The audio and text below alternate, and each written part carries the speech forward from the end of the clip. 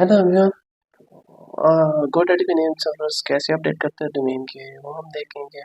सबसे पहले ऑब्वियसली आपने GoDaddy की वेबसाइट पे आ जाना है, वहाँ से आपने लॉगिन कर लेना है उस पर, तो आप माई प्रोडक्ट पेज पे रीडायरेक्ट हो जाएंगे।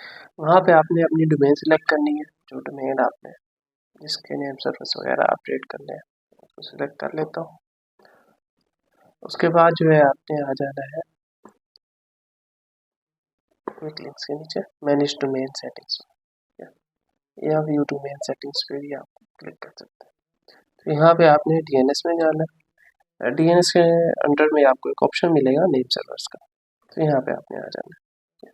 यहाँ पे मेरे ऑलरेडी अपडेटेड है, तो यहाँ पे आप नेम सर्वर्स के नीचे आपको चेंज नेम सर्वर्स का ऑप्शन मिलेगा।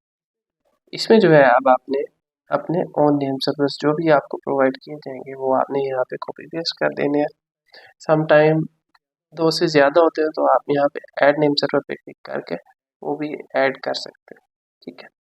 तो फिर इसको आपने सेव करना है। सेव करने के बाद आपको एक ऑप्शन आएगा कंटिन्यू का, इस पर क्लिक करेंगे तो आपका जो है वो सेव हो जाएगा, नेम सर्विस अपडेट हो जाएंगे। तो इसके लिए स्टैंडर्ड जो होता है 24 to 48 आवर्स का टाइम होता है, लेकिन ये मोस्टली उससे कम टाइम में ही अपडेट हो जाते हैं। इतना सिंपल है नेम सर्विस अपडेट करना GoDaddy का। Thank you.